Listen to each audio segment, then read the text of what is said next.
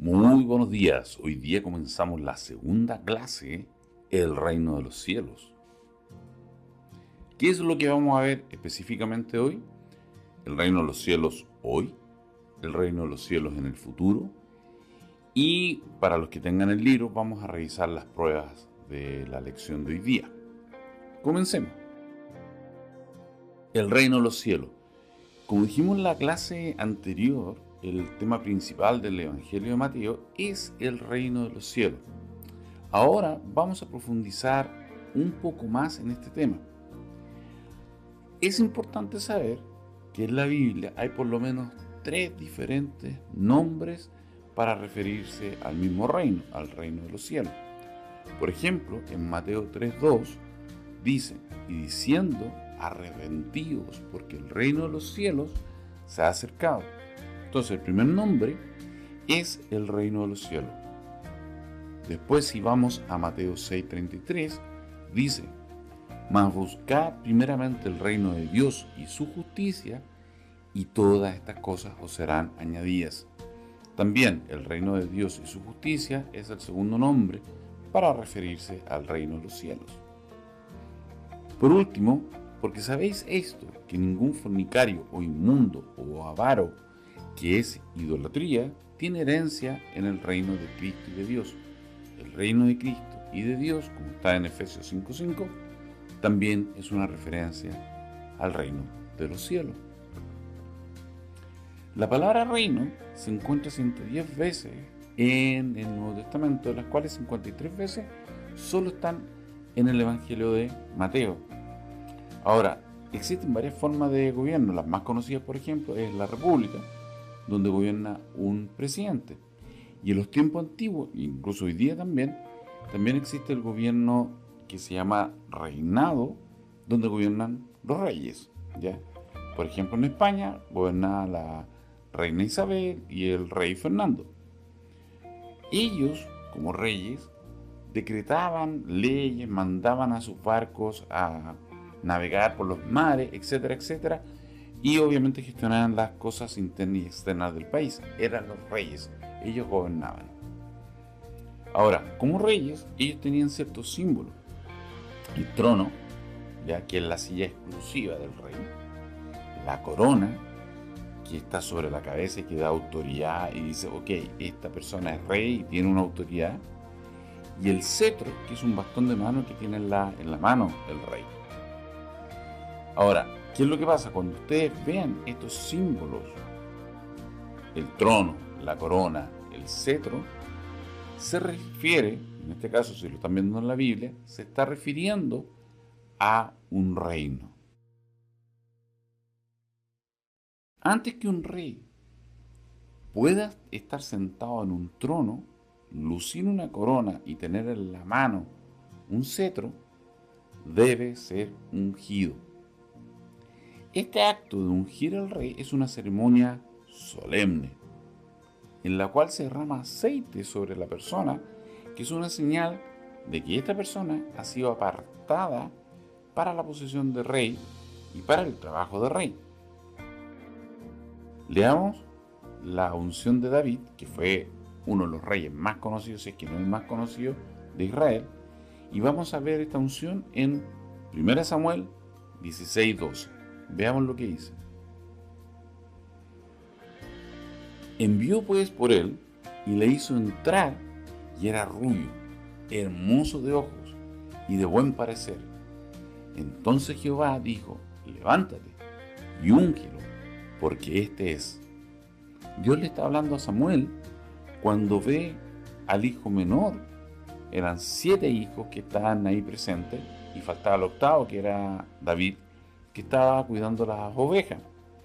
Y Samuel pidió que lo fueran a buscar. Y cuando apareció, Dios le dice estas palabras a Samuel. Le dice, levántate y úngelo, porque este es. Los judíos tuvieron varios reyes.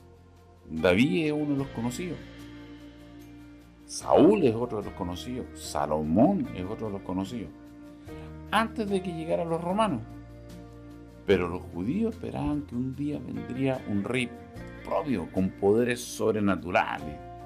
Ahora bien, como todo rey, tendría que ser ungido. Y por eso llamaban a este rey el Mesías. Y Mesías significa el ungido. Mesías es la palabra hebrea para ungido. Lo mismo que Cristo, pero Cristo es la palabra griega y también significa ungido. Ambas palabras están relacionadas con reino. O sea, no solamente corona, cetro, trono, sino también Cristo, Mesías, son palabras que están relacionadas con un rey, con el reino. Veamos cómo Jesús fue ungido, porque tenía que ser ungido para ser rey. Leamos Hechos 10:38. Dice: cómo Dios ungió con el Espíritu Santo y con poder a Jesús de Nazaret, y cómo éste anduvo haciendo bienes y sanando a todos los oprimidos por el diablo, porque Dios estaba con él. Es decir, acá, ¿qué es lo que nos está diciendo? Que Dios ungió a Jesús, Dios ungió a Jesús con el Espíritu Santo y con poder. Ahora leamos Lucas 4:18. El Espíritu del Señor está sobre mí, por cuanto me ha ungido. ¿Quién me ha ungido? El Señor, para dar buenas nuevas a los pobres. Me ha enviado a sanar a los quebrantados de corazón, a pregonar libertad a los cautivos y vista a los ciegos, a poner en libertad a los oprimidos. Jesús fue ungido como rey por el Espíritu Santo. Su reino no era un impuesto a la fuerza por miedo de la violencia, sino con amor, justicia y poder. Ahora, ¿qué pasaba? Que todos los judíos esperaban que este Mesías iba a ser un rey similar a los que ellos conocían, al Imperio Romano, a los reyes antiguos que ellos tuvieron, etcétera, etcétera. Pensaban que iba a ser un rey que iba a poner el reino, iba a imponer el reino mediante la violencia, a la fuerza, pero se encontraron con otra cosa. No entendían la verdadera naturaleza del reino de Jesús. Pensaban esto de que iba a ser similar a los reinados terrenales, porque sabían que el Mesías vendría desde la familia de David, de la línea de David, como dice en Lucas 1, del 32 al 33. Veamos.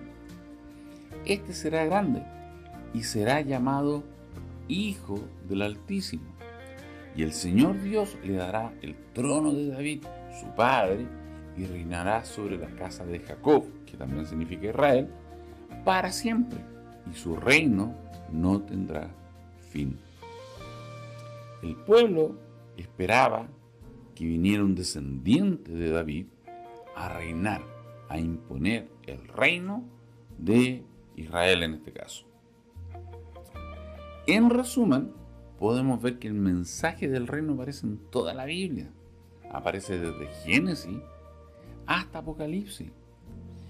Entonces, ¿cuál es la idea? Que en tu lectura de la Biblia tú pongas atención cuando aparezcan referencias de Jesús como el Mesías, el ungido, el Rey, el Señor de señores, etcétera, etcétera. Cuando aparezcan esas referencias, cetro, corona, trono, se está refiriendo al reinado, al reino. Jesús el Rey.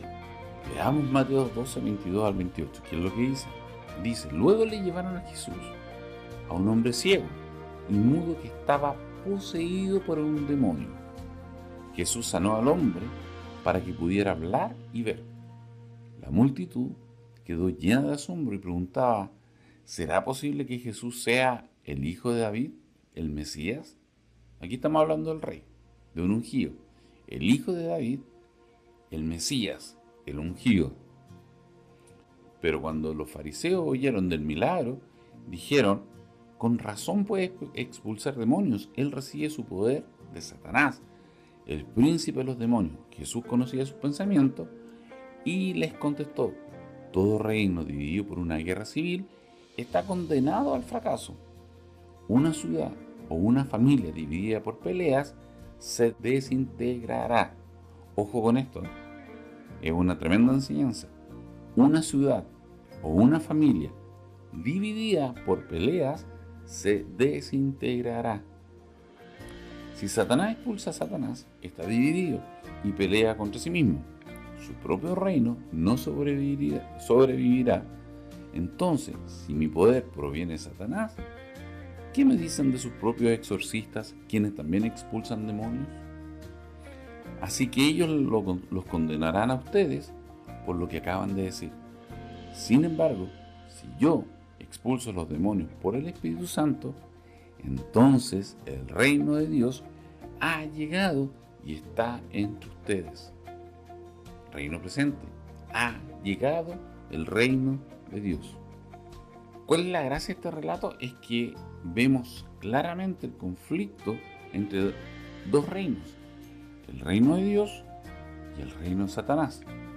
Uno te esclaviza, el otro te libera. Un endemoniado es alguien que está poseído, está esclavizado, está apresado, oprimido por un espíritu maligno. Obviamente, esta persona, ¿en qué reino estaba? Al inicio, en el reino de Satanás, estaba en oscuridad, en tinieblas. Y cuando llegó Jesús, sacó este demonio y pasó de las tinieblas al reino de luz, al reino de Jesús. Ahora, fíjense lo que dice Colosenses 1:13. Dice, Él nos libró del dominio de la oscuridad y nos trasladó al reino de su amado Hijo. Es decir, cuando Dios te rescata, cuando Dios te libera, te saca de la oscuridad, te saca el velo y te lleva al reino de su Hijo amado. ¿Quién es su Hijo amado? Jesús. Ahora, algo importante es que Jesús echó fuera al demonio, al espíritu maligno que estaba en este endemoniado, por medio del poder del Espíritu de Dios. ¿Y cuál es el Espíritu de Dios? El Espíritu Santo. Una cosa que hay que entender es que en la Biblia, cuando habla de corazón, muchas veces se refiere a la mente, ¿ya? A la mente que abarca el intelecto, la voluntad, las emociones, donde están el intelecto, la voluntad, las emociones alojadas. Ahora, con eso en mente, observa esta figura, que está tu corazón. Hay un trono y en la figura A está Cristo sobre el trono y en la figura B está Satanás sobre el trono. Si recordamos el pasaje del endemoniado, al inicio claramente era Satanás el que estaba en el trono. Estaba poseído por un demonio maligno, por un espíritu maligno. Pero cuando Jesús sacó a este espíritu maligno, ¿qué pasó? El trono fue ocupado por Cristo. Es decir, pasamos de la figura B a la figura A. El endemoniado pasó de la figura B a la figura A. Y cuando Dios nos libera, pasamos del reino de las tinieblas, B, al reino de su Hijo amado, A. Ahora, una cosa que hay que tener claro es lo siguiente.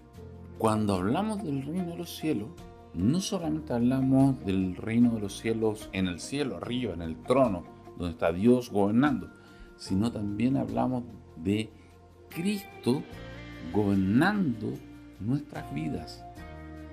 Ahora, fijémonos en lo que dice Mateo 6:10. Lo van a reconocer de inmediato. Dice, venga tu reino, hágase tu voluntad en la tierra como en el cielo. Bueno, este es el Padre Nuestro. ¿Y qué es lo que dice este versículo? Que primero se tiene que hacer su voluntad para que venga el reino. Por lo tanto, ¿qué es lo que nos está enseñando este Padre Nuestro? Nos enseña que el reino de los cielos se establece acá en la tierra Cuando Cristo está en el trono de tu corazón, de tu mente, cuando Cristo gobierna la vida de las personas y estas personas hacen la voluntad del Padre, no su propia voluntad.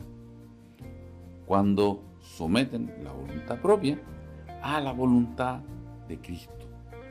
Cuando yo busco, yo obedezco la voluntad de Cristo y hago de su voluntad la mía, el reino de los cielos ha venido con poder a mi vida, porque ahora está Jesús realmente gobernando en el trono de mi vida. Fíjense, por ejemplo, en la figura a la izquierda. El corazón, el trono, y Cristo es el que está en el trono. Cristo es el que gobierna tu vida. Ahora, veamos si te hace sentido Gálatas 2:20. ¿Y qué es lo que dice Gálatas 2:20? Dice, ya no vivo yo, mas vive Cristo en mí. ¿Por qué? Porque yo empiezo a hacer la voluntad de Cristo. ¿Quién me guía? El Espíritu Santo. ¿Qué cosas puedo comenzar a hacer para encontrar y obedecer la voluntad de Dios en mi vida y para que Jesús gobierne sobre todo? Antes, ¿quién me puede explicar las fotos de abajo, estas fotos que aparecen? En la izquierda aparece un vaso de agua que está relativamente sucia, pero a través de la Biblia ya se está llenando con agua purificada, agua limpia.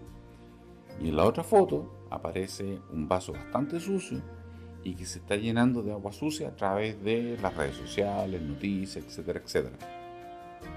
¿Quién me puede explicar más o menos? Fíjense, una de las cosas que uno puede hacer es leer diariamente la palabra de Dios. ¿Cuál es la palabra de Dios? La Biblia. ¿Y qué significa esto? Saturar la mente con el mejor alimento que la mente puede recibir.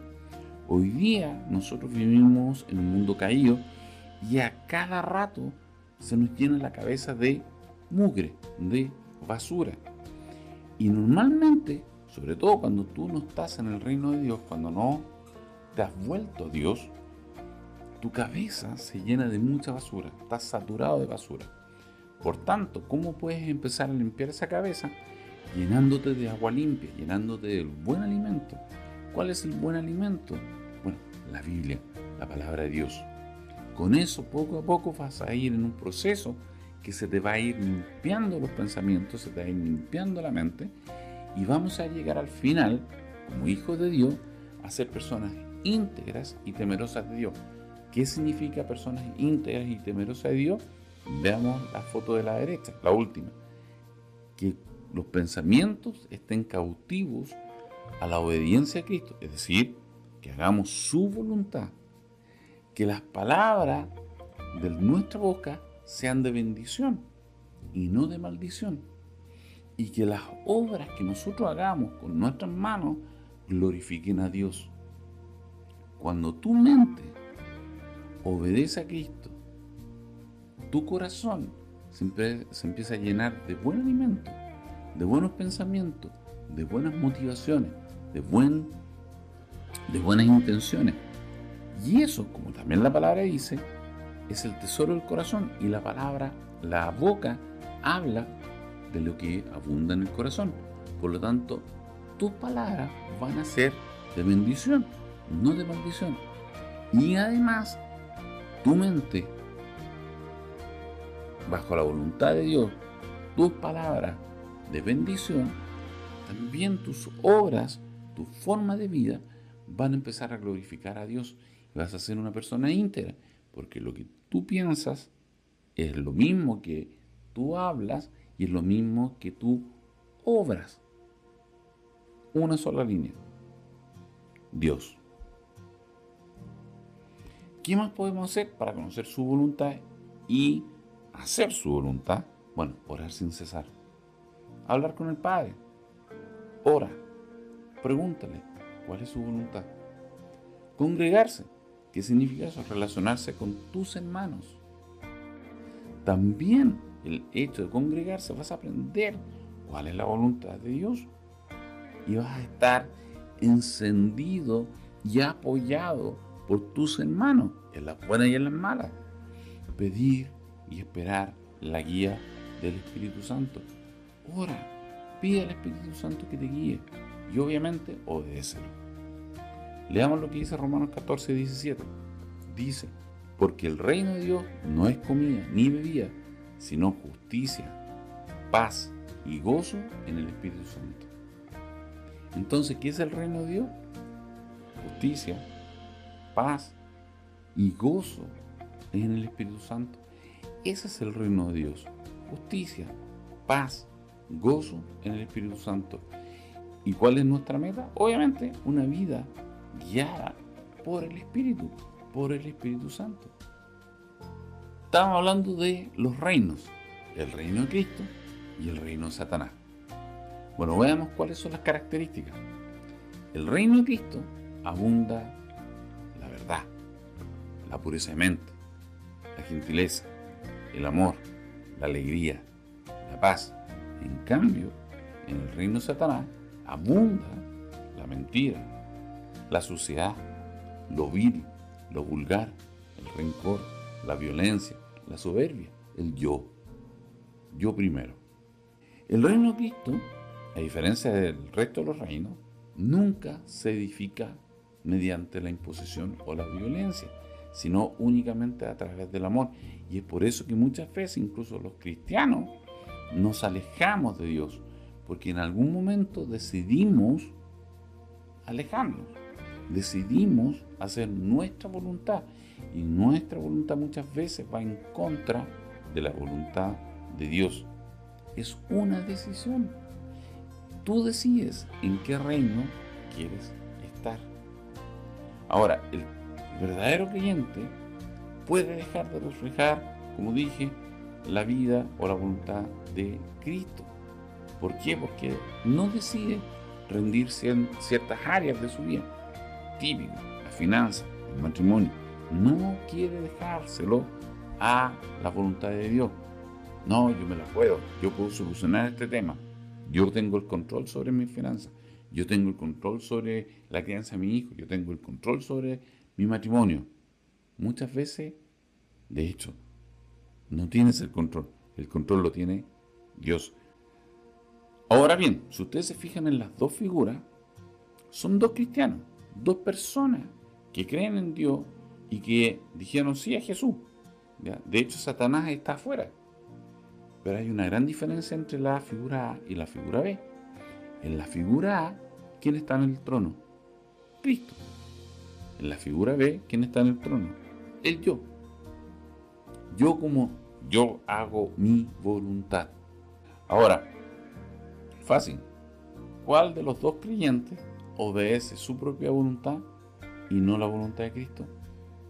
El B, claramente. Ahora, no sé ustedes, pero a mí me pasa mucho. Existe una constante pelea en la vida de los creyentes entre mi propia voluntad y la de Cristo. Leamos lo que dice Gálatas 5, del 16 al 17. Así que les digo, vivan por el Espíritu y no sigan los deseos de la carne, porque la carne, desea lo que es contrario al Espíritu, y a su vez el Espíritu desea lo que es contrario a ella, a la carne.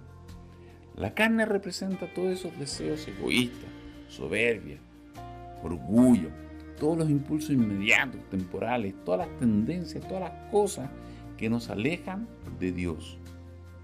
El Espíritu, por el contrario, nos guía aquí, hacia Dios, nos acerca hacia Dios, nos guía hacia lo eterno, lo justo, lo santo. Por lo tanto, son contrarios. No puede existir una armonía entre la carne y el Espíritu. Por eso, vivir por el Espíritu no es solo una opción devocional, sino una decisión estratégica y diaria.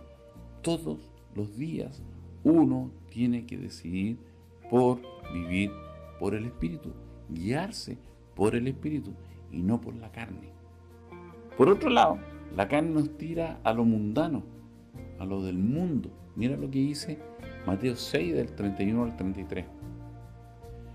No os afanéis, pues diciendo, ¿qué comeremos? ¿O qué beberemos? ¿O qué vestiremos? Porque los gentiles buscan todas estas cosas, pero vuestro Padre Celestial sabe que tenéis necesidad de todas estas cosas. Mas buscad primeramente el reino de Dios y su justicia, y todas estas cosas os serán añadidas. La versión NTV dice, esas cosas dominan el pensamiento de los incrédulos. Todo lo que comeremos, todas las preocupaciones que beberemos, que vestiremos, todo eso domina el pensamiento, la mente de los incrédulos. Un datito. Afanar viene del griego merinao, que significa dividir, distraer, preocupación. ¿Qué significa esto? Este pasaje nos dice, oye, ¿sabes qué? El afán no es solamente inquietud, sino que es una distracción que te divide el corazón, te aleja de lo que es importante. ¿Qué es lo importante? El reino de Dios y su justicia. Pero tú, cuando estás afanado, cuando estás preocupado, pones los ojos en las cosas del mundo, en las circunstancias, en tus problemas y no en Cristo. Te distraes, es una trampa. Jesús no niega, en el pasaje anterior, no niega y no dice, oye, no, vivo en un mundo de Bilzipap, los problemas no existen, estamos todos happy. No, mentira. No niega las necesidades que tienen las personas. Por el contrario, te afirma que el Padre sí conoce tus necesidades y te llama a dar prioridad al lugar que corresponde al reino de Dios y su justicia. ¿Y cuál es el lugar que corresponde? El número 1. Ahora, ¿qué significa buscar primero el reino de Dios y su justicia? Significa primero elegir hacer su voluntad, la de Dios, la que dice el Espíritu Santo, antes que la nuestra propia. Ahora, otro datito. Preocuparse perfectamente podría considerarse pecado. ¿Por qué? Porque la preocupación es falta de confianza en la provisión de Dios. Y confianza es sinónimo de fe. Por lo tanto, la preocupación es falta de fe en la provisión de Dios. Es el yo que quiere controlar todo. Toda mi vida, todo aspecto. Yo tengo el control de todo. Yo me la puedo con todo. Es lo mismo que hablamos hace un par de minutos. Pero es el Espíritu Santo el que tiene que tomar el control. No tú. Que el Espíritu Santo tome el control. Ahora, si volvemos al versículo anterior, donde dice, otra versión dice, esas cosas dominan el pensamiento de los incrédulos, es decir, las preocupaciones, los afanes, las circunstancias dominan el pensamiento de los incrédulos. Y por otro lado, Jesús dice, pongan en el primer lugar el reino de Dios y su justicia. Existe una batalla en la mente de los seres humanos. La verdadera guerra, la verdadera batalla se produce en la mente. Cuando tú fijas la mente en Cristo, en Dios, en la palabra de Dios, estás empezando a mirar lo que es verdadero, honorable, justo, puro, bello y admirable. Y como dijimos anteriormente, tu mente se empieza a purificar, tus palabras se empiezan a purificar, tus acciones se empiezan a purificar y empiezas a estar en el proceso de santidad y empiezas a vivir en obediencia y confianza en Dios. Mira lo que se manifiesta cuando tu corazón no tiene a Jesús. Lo dice claro Gálatas 5:19. Y esto es cuando el yo se sienta en el trono. Fíjense.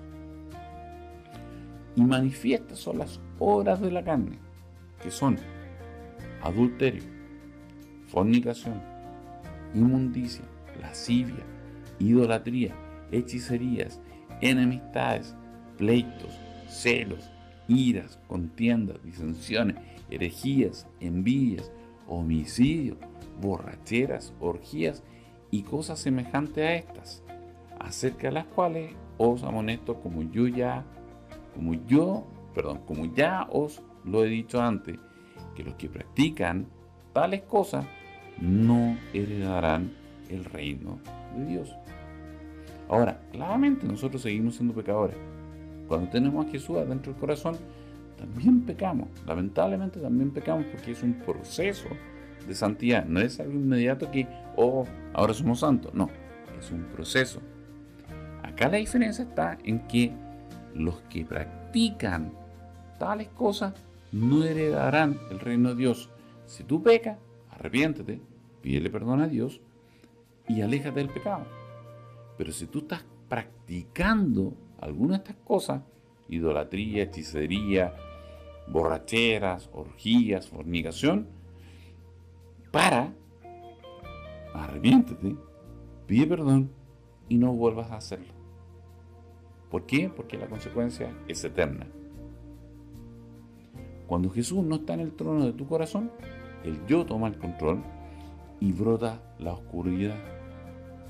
Estos no son solo pecados, sino también son señales de un corazón sin Cristo. Y la conclusión es clara: sin Cristo reinando en tu corazón, el fruto es destrucción. Pero en cambio, cuando tu vida es guiada por el Espíritu Santo, mira lo que pasa.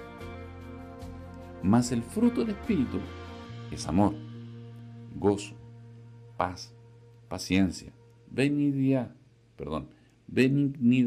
bondad, fe, mansedumbre, templanza. Contra tales cosas no hay ley. ¿Qué es lo que pasa cuando gobierna el Espíritu Santo en tu corazón? Produce un fruto multisabor. ¿Y cuáles son los sabores? Amor, gozo, paz, mansedumbre, etc. Y esto no es un esfuerzo humano, es evidencia de que el Espíritu Santo está guiando tu vida. Tú no puedes forzar a un árbol que dé cierto fruto. Tiene que salir, en este caso por el Espíritu Santo. Cuando vivimos en el Espíritu y producimos, gracias al Espíritu Santo, este fruto, glorificamos al Padre. Cuando amamos, glorificamos al Padre. Cuando tenemos paciencia, glorificamos al Padre. Cuando somos bondadosos, tenemos fe, glorificamos al Padre. Entonces la pregunta es, ¿cómo pasamos de vivir en la carne a vivir en el Espíritu? Dos soluciones, y lo dice la Biblia. Gálatas 5:24, ¿qué es lo que dice? Pero los que son de Cristo han crucificado, es decir, han dado muerte, han crucificado la carne con sus pasiones y deseos. Toma tu cruz todos los días y sigue a Cristo. Tomar la cruz significa morir. ¿Qué significa morir? Morir, o mejor dicho, matar tus pasiones y tus deseos todos los días. Romanos 8, del 5 al 8. Porque los que son de la carne piensan en las cosas de la carne, pero los que son del Espíritu, en las cosas del Espíritu. Porque el ocuparse de la carne, si tu preocupación es la carne, si tu foco es la carne, es muerte. Pero el ocuparse del Espíritu, poner los ojos en Cristo, poner los ojos en Dios, en la voluntad de Dios, es vida y paz. Por cuanto los designios de la carne son enemistad contra Dios, porque no se sujetan a la ley, ni tampoco pueden. Y los que viven según la carne no pueden agradar a Dios. Por el contrario, los que viven por el Espíritu sí pueden agradar a Dios. La batalla es en la mente. Quien domina tu mente gana la guerra. Que la victoria sea para Dios, no para la carne. para Dios. El reino futuro, hasta ahora hemos visto el reino de Cristo, el reino de Dios hoy. Que existe una lucha, una batalla entre la carne y hacer la voluntad de Dios. Entre la carne y el espíritu. Pero también debemos pensar acerca del reino futuro que será establecido cuando Cristo vuelva por segunda vez y gobierne sobre todo el universo, sobre todos sus enemigos y sobre Satanás mismo. Veamos lo que dice Filipenses 2, del día al 11, que es lo que dice: para que en el nombre de Jesús se doble toda rodilla de los que están en el cielo y en la tierra y debajo de la tierra, y toda lengua confiese que Jesucristo es el Señor, para la gloria de Dios Padre. La primera gran diferencia que hay entre el reino de Dios hoy y el reino de Dios en el futuro es que hoy solo algunos confiesan que Jesús es el Rey, que Jesús es el Señor, y solo muy pocos doblan rodillas. Pero en el futuro, cuando se establezca el reino de Dios, todos confesarán que Jesús es el Señor y todos se inclinarán ante el Rey de Reyes, ante Jesús. Leamos Apocalipsis 11:15. Entonces el séptimo ángel tocó su trompeta y hubo fuertes voces que gritaban en el cielo: ahora el mundo ya es el reino de nuestro Señor y de su Cordero ungido, y Él reinará por siempre y para siempre. Otra gran diferencia que existe entre el reino de Dios hoy y el reino de Dios en el futuro es que en el futuro Satanás va a ser finalmente atado y expulsado y nunca más volverá a molestar, que es lo que dice Apocalipsis 20:10. Y el diablo que los engañaba fue lanzado en el lago de fuego y azufre, donde estaban la bestia y el falso profeta, y serán atormentados día y noche por los siglos de los siglos. También el yo de cada persona será totalmente derrotado, porque ¿quién va a gobernar en el trono? Jesús. Por lo tanto, nunca más el yo como voluntad, como mi propia voluntad, no como personalidad, porque yo como persona voy a seguir existiendo, pero mi voluntad va a estar sometida a la voluntad de Dios, de Jesús. Esa voluntad, ese yo va a ser derrotado. En resumen, como vemos en la figura, ya Satanás no va a existir. Y el yo va a estar sometido. No es que no exista el yo como personalidad, sino, vuelvo a repetir, es la voluntad. Mi voluntad va a ser la misma que la voluntad de Cristo. Cristo va a gobernar sobre el trono de mi vida y sobre, obviamente, el trono del mundo. Entonces, ¿cuáles son las grandes diferencias? Como dije, Satanás va a ser expulsado para siempre, sin posibilidad de volver a engañar ni dominar. No va a haber más mentiras. El yo, independiente de la voluntad de Dios, ya no va a existir. Tu voluntad va a estar sometida a la voluntad de Cristo. En el centro, Cristo va a estar en tu corazón, va a gobernar tu vida.